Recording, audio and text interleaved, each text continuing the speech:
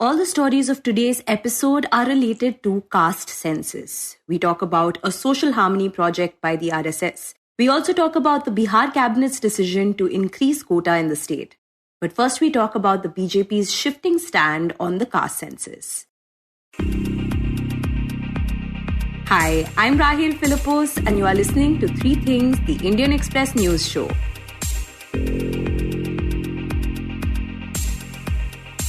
Last week, Union Home Minister Amit Shah took up the issue of a caste survey while addressing the media in Chhattisgarh, saying that the BJP has never opposed the caste census. सभी से चर्चा कर जो उचित निर्णय होगा वो जरूर हम करेंगे और बताएंगे, परंतु इसके आधार पर चुनाव की नैया पार लगाना ठीक नहीं। और भारतीय जनता पार्टी ने कभी इसका विरोध नहीं किया है, परंतु बहुत सोच समझकर निर्णय करना पड़ता है। उचित समय पर हम बताएंगे। Now, these comments came a month after the Bihar government published the preliminary result of its caste survey, which revealed that the extremely backward classes, or EBCs, constitute the largest social group in the state, followed by the other backward classes, or OBCs. Together, they make up 63% of the state's population, while only 15% of the population falls into the unreserved general category. And the Indian Express's Liz Mathew has reported that Amit Shah's comments mark a shift from BJP's previous stance on a nationwide caste census. Here she tells us about the position the party has traditionally taken on the matter. BJP has actually remained silent over this demand for a national caste count so far, despite their own allies who are part of government like Apna Dal, they have asked for it. They have publicly demanded for it. BJP has not opposed nor has supported. And Liz explains that the party leaders felt that a nationwide caste census might result in a complete overhaul of the current policies. And this was their main reason for maintaining a silence on the issue. The feeling among the BJP leaders have been if there is a caste census, the numerical strength which we are perceiving now, they might go upside down and the numbers may be different. Like as of now, the communities which are enjoying the benefits like OBC benefits, the Yadavs are prominent and there are other communities who are prominent who are among the BJP supporters. So whichever party in power will have a tough time when the actual strength comes out, because everybody knows that the number which we are going, or suppose hypothetically going, that is not the strength or that is not the equation among the OBC communities as of now. So that will definitely change every policy. You will have to reconsider the reservation policy. For example, as of now, you think that 27% is enough for OBC. But when the real number comes out, the number will be same. Like the Bihar had to change, it had to increase the quota percent. Then the Supreme Court has already put up a ceiling for it. So this has to change. It is a long process. It involves a lot of multiple steps, legal, social, constitutional. So that is why the BJP is not in a position to go for that. Any government and power will have to go through a multiple layer of changes. That is why. However, after the results of Bihar's caste census, there has been a growing demand to conduct a nationwide counting. Not just the opposition, they can afford to ignore the opposition, but from its own allies. And as the election come close, the Lok Sabha election come close, BJP cannot afford to be quiet also over it, because in many states, especially Bihar, Uttar Pradesh, Maharashtra, this kind of states and two more other states, the demand from the local units have been very strong with the BJP leadership, that they said that we have to take a stand on it because it is going to affect our electoral calculation, on the ground. And this is because the BJP has managed to gain popularity among the OBC community, especially since the 2014 elections. BJP doesn't want to be seen as somebody which is against OBC, because as we know, 2014 and 2019, the major part of BJP, that landslide victories BJP has had in the past, it's all attributed to the increasing support from this OBC community. I'll just tell you one data about it. The party now is actually represented by 113 OBC leaders. Among its Lok Sabha MPs, 53 scheduled caste and 43 scheduled tribes MPs in the Lok Sabha, which is 70% of the total MPs are from the backward communities. According to the CSDS Lokniti data analysis of the elections in the past, the BJP share among the OBC votes has been consistently rising. In 1996, it was only 19%, but 34% in 2014 and 44% in 2019. So you know that a major chunk of the support base BJP has gained in 2019, which led to BJP's success of 303 in the Lok Sabha, is attributed to this community, and BJP at any cost does not want to lose that. Here it's crucial to mention that the BJP is seeking to come to power for the third consecutive term. And despite the party's popularity among the community, they are concerned about rising anti-incumbency. There is anti-incumbency. There is, of course, Prime Minister Narendra Modi's popularity is intact, but still there is this unemployment issue, rising prices issue. People have issues and they think that, this will add to, if any chunk of, even it may be a small chunk of OBC vote just cut away from the BJP support base, it will affect BJP's prospects in the 2024 Lok Sabha election. Now, the issue gets more complicated considering the opposition parties which have used the caste census as one of their main electoral planks. And Liz says that because of this, Rahul Gandhi has become a champion of the OBC causes. They don't want Rahul Gandhi to become that champion of this OBC causes. Also, of course, BJP is publicly saying that it doesn't affect us because Congress's OBC law is just farce and all. But even then, they know that it could, because of the anti-incumbency factors, could consolidate this certain portion from OBC. That's a dangerous situation for the BJP electorally. So BJP doesn't want to have that. And OBC support base is not something that BJP can just take it lightly. They cannot take it for granted. So they have already appointed, there was a marathon meeting with these leaders from key states, Maharashtra, Uttar Pradesh, Bihar. They concluded that it will affect us. So there has to be steps. So BJP has decided to appoint a committee to look into the disadvantages of it and also to look into what all the party can do to retain the current support base for the party among the OBCs.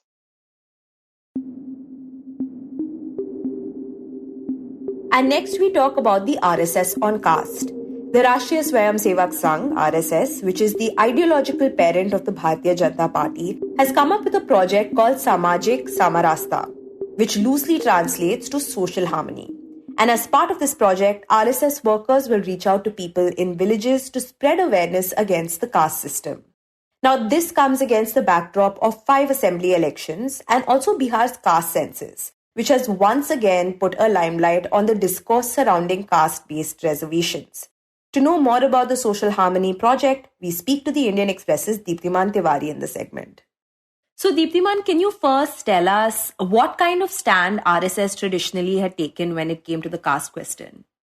See, traditionally RSS has always believed in Hindu unity, because they believe that to fight the other, because the basic aim is to fight what they understand as faiths foreign to Indian culture. So to fight that, first the Hindu society needs to be united. There should not be any divisions within the Hindu society. And so RSS has traditionally always spoken against caste discrimination and always spoken against untouchability. Although there have been arguments and critics of the RSS have said that its upper echelons of its organization are dominated by Brahmins and that it actually professes a Sanskritized version of Hindu religion, which is again a Brahmanical form of the Hindu religion. So there are such criticisms, but it does not take away from the fact that RSS has always spoken against caste discrimination. However, there have been, certain nuances to it where it is also because one of its biggest supporters are said to be from the general category, which are Brahmins and Baniyas and upper caste. So there have been murmurs within the Sangh, and its leaders have even made statements which have been interpreted as being against reservations, quotas. For example, in 2015, RSS chief Mohan Bhagwat gave an interview to the organizer where he sort of suggested that, reservations should be reviewed. So in that sense, that created quite a bit of controversy, and it became a poll issue because there were Bihar elections and the opposition picked up that issue and badgered the BJP, and the BJP miserably lost that election. So yes, it has had some bit of conflicting stand on caste and reservations. Yeah, that's been its traditional position. Right. And recently they came up with a project called Samajik Samarasta. So what is this project and what was the main aim of the RSS to bring in, this particular project?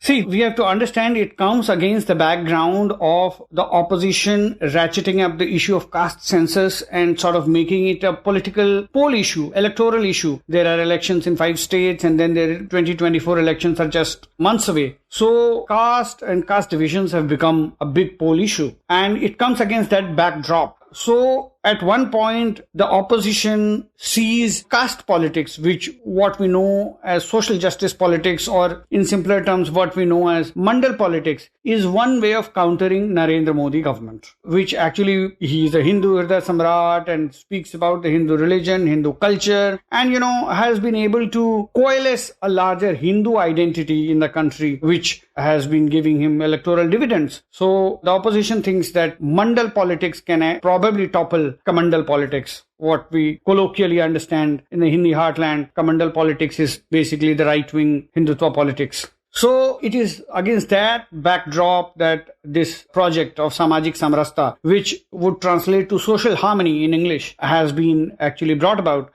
And could you tell us how the Sangh is planning to address issues like caste discrimination and untouchability in villages as part of this project? See, RSS has already been working on it for a few months now, and it has sort of identified some 13,000 villages across the country where there are instances of caste discrimination or untouchability, somewhere Dalits are not being given access to the temple or the village well, or those kind of things are happening which they have identified, and message has been given to all its shakhas, and there are more than 93,000 shakhas across the country, which have some 37 lakh regular attendees. So this message has been percolated down to the ground, to the grassroots worker of the RSS, that they have to engage with people, they have to go to villages, and they have to ensure that such caste discrimination does not happen. So this is what Social Harmony Project is. And basically the idea, the basic aim is to give a sense of Hindu unity to the community. That Hindus are one and there are no divisions within the society, and the God sees everybody as one, and if we want to remain a prosperous Hindu society, we cannot discriminate amongst each other. These kind of things, this is the message that they will take to the ground by engaging with the people. Right. So you mentioned that the Sangh had studied 13,000 villages before bringing this project. Could you tell us how they managed to collect such extensive data?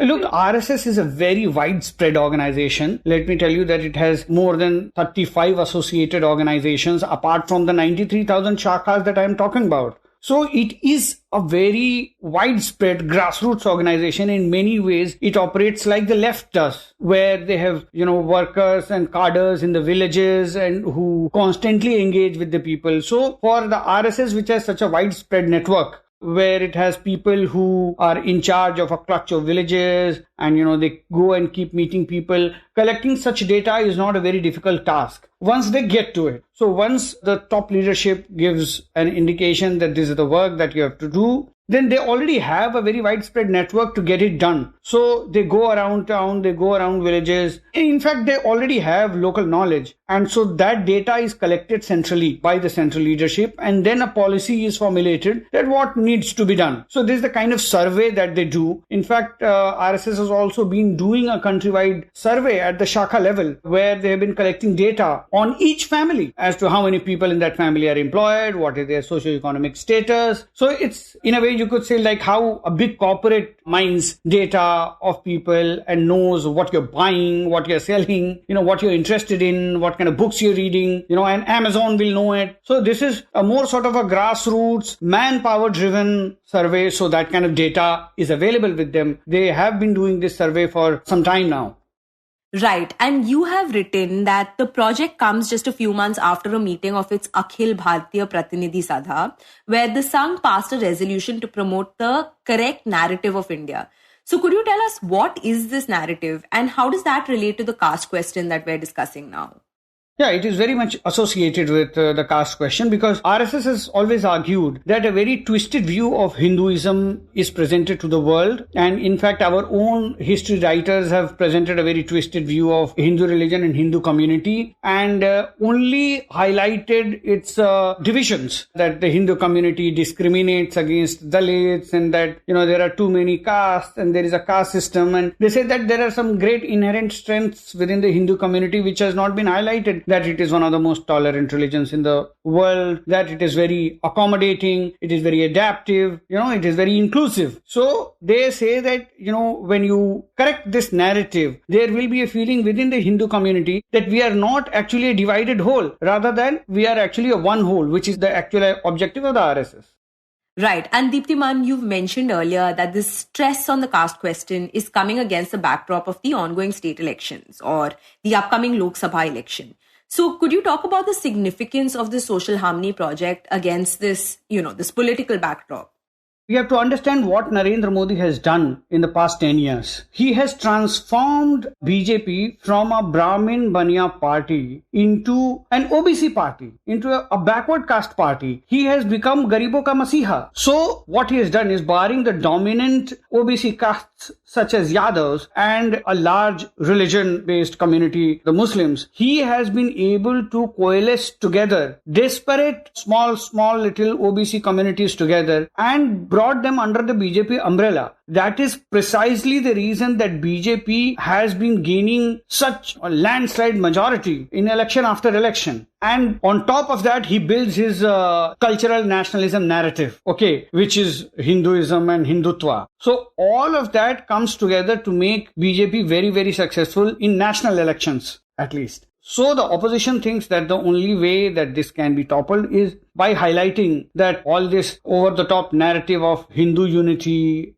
and a single Hindu identity is just a political narrative, and that on the ground the discrimination still exists. So that is why this is very significant. Second, why it is significant is the RSS has huge number of cadres. And those cadres are very, very committed. These are not cadres who switch sides after another party wins an election. These are very, very committed cadres who believe in a certain ideology, who believe in a certain idea of India. You may or may not agree with it. So these committed cadres, when go to the ground and work with the people, it helps the BJP. So that is why it is very, very significant that RSS has taken cognizance of this issue and has put its resources on the ground to work for it.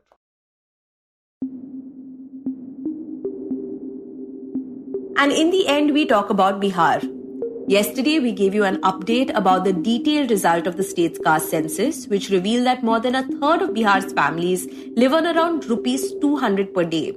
The caste census was conducted between January and August this year, and its initial report was released last month, which showed that extremely backward classes form the biggest social bloc in the state.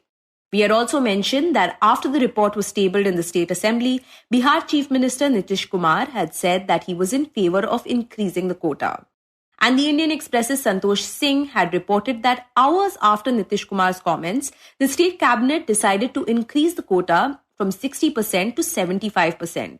A reservation bill will also most likely be brought in during the ongoing assembly. The proposed bill is likely to lay a provision of 18% quota to OBCs, 25% to EBCs, 20% to scheduled castes, and 2% to scheduled tribes, besides the existing 10% EWS quota. At present, there has been a provision of 50% quota in the state. A government source told the Indian Express that since the Chief Minister had hinted towards an increased quota, a draft of the Reservation Bill 2023 is being readied with advice of legal and constitutional experts. Along with the court, the state cabinet has also decided to give rupees 2 lakh to each of the 94 lakh poor families whose income is less than rupees 6,000 per month for 5 years. They have also decided to give rupees 1 lakh to 67 lakh landless families to raise homes. You were listening to 3 Things by the Indian Express. Today's show was edited and mixed by Suresh Pawar. It was hosted by me, Rahel Philipose, and written and produced by Utsa Sarmin. If you like the show, then do subscribe to us wherever you get your podcasts. You can also recommend the show to someone who you think will like it. Share it with a friend or someone in your family. It's the best way for people to get to know about us. You can also tweet us at Express Podcasts and write to us at podcast@indianexpress.com.